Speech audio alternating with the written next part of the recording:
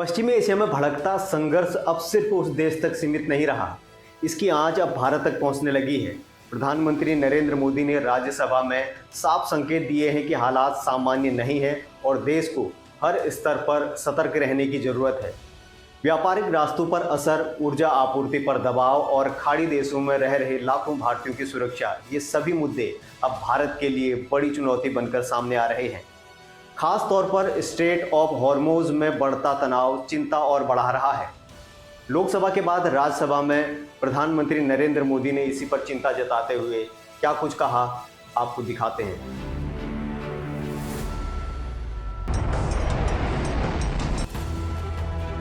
युद्ध की शुरुआत के बाद से मैंने पश्चिमी एशिया में जारी संघर्ष का असर अब भारत पर भी दिखने लगा है। राज्यसभा में बोलते हुए प्रधानमंत्री नरेंद्र मोदी ने साफ कहा है कि हालात चिंताजनक हैं और देश को सतर्क रहने की जरूरत है। वर्तमान संकट ने पूरी दुनिया की इकोनॉमी को हिला दिया है। अभी तक पश्चिम एशिया में जो नुकसान हुआ है उससे रिकवर होने में भी दुनिया को बहुत समय लगेगा। भारत पर इसका कम से कम दुष्प्रभाव हो, इसके लिए निरंतर प्रयास किए जा रहे हैं। हमारी इकोनॉमी के फंडामेंटल्स मजबूत हैं और सरकार पल पल बदलते हालात पर नजर रखे हुए है। सरकार इसके शॉर्ट टर्म, मीडियम टर्म और लॉन्ग टर्म ऐसे हर प्रभाव के लिए एक रणनीति के साथ काम कर रही है।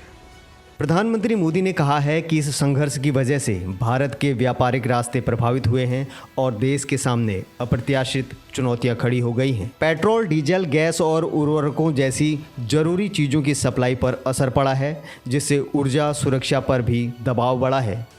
गल्फ देशों में रहने वाले करीब 1 करोड़ भारतीयों की सुरक्षा और आजीविका की भी सरकार के लिए बड़ी चिंता है। स्ट्रेट ऑफ हॉर्मुज़ में फंसे भारतीय क्रू मेंबर्स और जहाज़ों की सुरक्षा को लेकर भी सरकार अलर्ट है। भारतीयों की सुरक्षा हमारी प्राथमिकता है।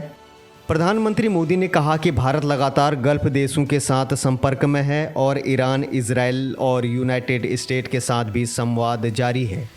भारत सरकार ने एक इंटर मिनिस्ट्रियल ग्रुप भी बनाया है।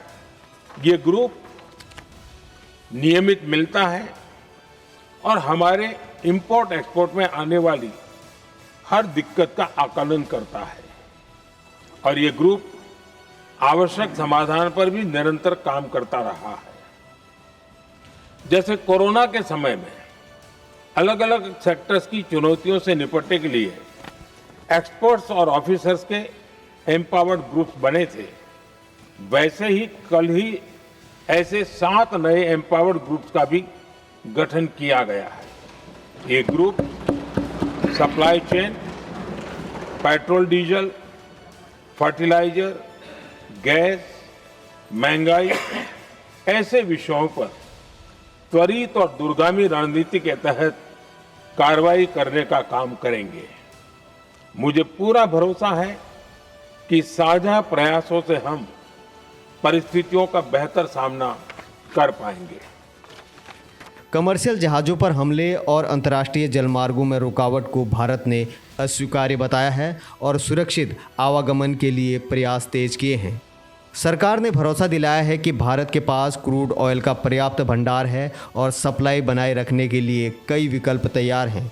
सरकार का कहना है कि इस वैश्विक संकट के बीच भारत संवाद और कूटनीति के जरिए शांति बहाली की दिशा में काम करता रहेगा, लेकिन साथ ही हर चुनौती के लिए हमें तैयार भी रहना होगा।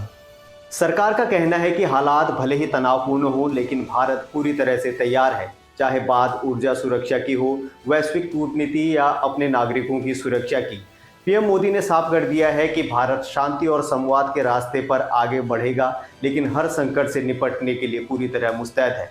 पश्चिमी एशिया का यह संकट कितना गहराएगा, ये आने वाला वक्त तय करेगा, लेकिन भारत की नज़र अब हर मोर्चे पर टिकी हुई है। बाकी देश और दुनिया की तमाम खबरों के लिए आप www.journalistindia.com और .in पर लॉगिन कर सकते हैं। साथ ही हमारे ट्विटर यानी एक्स, फेसबुक, इंस्टाग्राम और लिंक्डइन पर भी हमें फॉलो कर सकते हैं।